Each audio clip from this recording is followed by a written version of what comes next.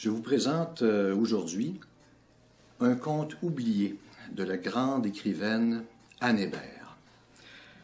Ce conte se nomme « Trois petits garçons dans Bethléem ».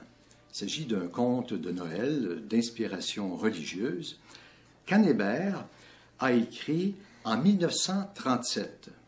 C'est, au meilleur de ma connaissance, le premier texte littéraire de la grande écrivaine Anne Hébert.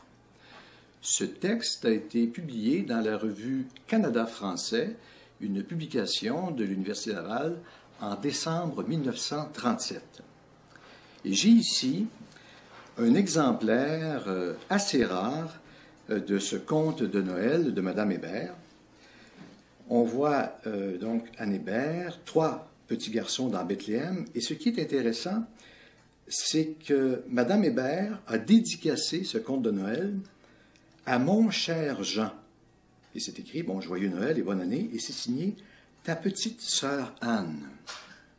Jean, à qui Madame Hébert envoie cette dédicace de son conte, est un de ses frères. Elle a eu deux frères, Jean et Pierre, ainsi qu'une sœur, Marie, qui est morte assez jeune.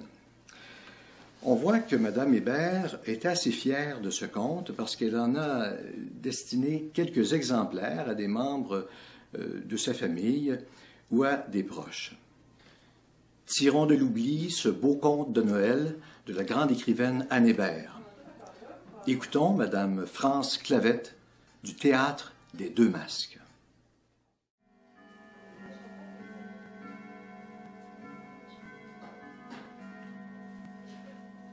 Trois petits garçons dans Bethléem.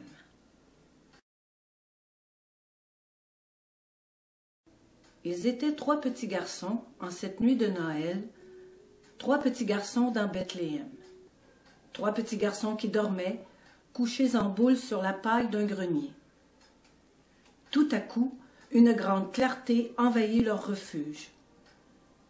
La paille devient fine et brillante comme l'or, les glaçons qui pendent aux fenêtres semblent d'argent, et les vieilles poutres brunies sont de bronze. Mais cette belle lumière n'est pas suffisante pour les réveiller tout à fait. Ils sont si fatigués, les trois petits garçons. Avant de se manifester dans la chambre, le miracle a commencé en eux. Et c'est la lumière de leur cœur pur qui devance l'étoile pour annoncer aux petits la naissance de Jésus. Ils se lèvent et se regardent, émerveillés, l'âme lourde du secret promis aux enfants sages depuis 4000 ans et révélé à eux en cette nuit de Noël. Trois petits garçons rompent la longue file de tous ces malheureux enfants d'avant Jésus-Christ, de ces pauvres petits qui, Noël n'existe pas, qui ne connurent jamais cette douce attente du mystère, qui n'ont jamais mis leurs souliers dans la cheminée et qui dormaient, sans excitation, comme d'habitude, à cette date de la naissance du Sauveur. Tous les trois, se tenant la main, ils s'acheminent vers la crèche, les premiers enfants du monde à goûter l'extase de cette marche illuminée vers le petit Jésus. Trois petits garçons graves et recueillis commencent de former le premier chaînon de la chaîne éternelle de tous les enfants du monde tendu vers le petit Jésus de la crèche. La terre est durcie, il y a de la neige dans les coulées et le ciel est clair comme en plein jour. Un sauveur enfant nous est né. Au loin, dans les ruines d'un vieux château, resplendit la misérable étable où Marie, repoussée de toutes parts, est venue abriter son fils. L'étoile s'est arrêtée là, et les trois petits bonhommes avancent, la fixant avec tendresse. Sur la route, il y a foule comme au plus grand jour de fête. Une foule pressée, ardente, soulevée par le désir de voir le Messie promis par les prophètes, et que l'ange leur a dit qu'ils trouveraient dans une crèche. Ces premiers appelés, comme ils sont pauvres. Il n'y a que des pauvres, les riches ne sont pas éveillés, eux. Les bergers ont amené leurs femmes et leurs fils afin de partager avec eux la grande joie de contempler Jésus. Ils trouvent Marie et Joseph avec l'enfant enveloppé de l'ange et couché dans une crèche. L'enfant a froid, le bœuf et l'âne le réchauffent de leur haleine, et eux, les petits-hauts, ils voudraient tant faire quelque chose pour réchauffer Jésus. Ils voudraient tant le réchauffer. Ils ne savent que l'aimer. Ils se tiennent en arrière et, les yeux sur l'enfant, ils ne savent que l'aimer en silence. Quelques bergers ont apporté des présents à Jésus et à sa mère.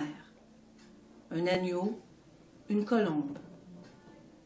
Et les petits sont tristes parce qu'ils n'ont rien à donner à Jésus. Ils avaient tant hâte de le voir qu'ils n'ont pensé à rien d'autre. Voilà que Jésus les regarde et Marie leur fait signe d'avancer. Jésus les regarde et ce regard demande de l'aimer parfaitement.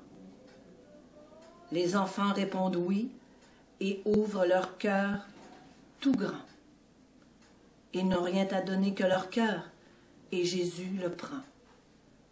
Oh, ce regard de Jésus, cet appel à l'amour et ce simple oui qu'il faut répondre. Il faut être ou redevenir enfant pour comprendre cela. Parce qu'ils n'ont pas marchandé et qu'ils ont tout donné, ils ont tout reçu. 3 petits garçons s'en reviennent de la crèche. Naïvement, ils tiennent leurs yeux baissés afin de garder longtemps sous leurs paupières le regard de Jésus. Sur leur poitrine, ils ont croisé leurs bras pour conserver longtemps sa paix. Ils s'en reviennent de la crèche, 3 petits garçons, mal vêtus, pieds nus, mais tellement riches que ce n'est qu'à genoux que se conçoit pareille richesse. Les mages viendront après eux, emportant de magnifiques présents, mais Jésus leur enseignera la seule science nécessaire, celle des 3 petits qui ne savaient pas autre chose que d'aimer. Les mages viendront, et d'autres après, des rois, des mendiants, et nous, ceux de maintenant. Et Jésus nous demande de ne rien connaître, de tout oublier, hors d'apprendre à l'aimer, tout simplement. Ils étaient 3 petits garçons en cette nuit de Noël, 3 petits garçons dans Bethléem.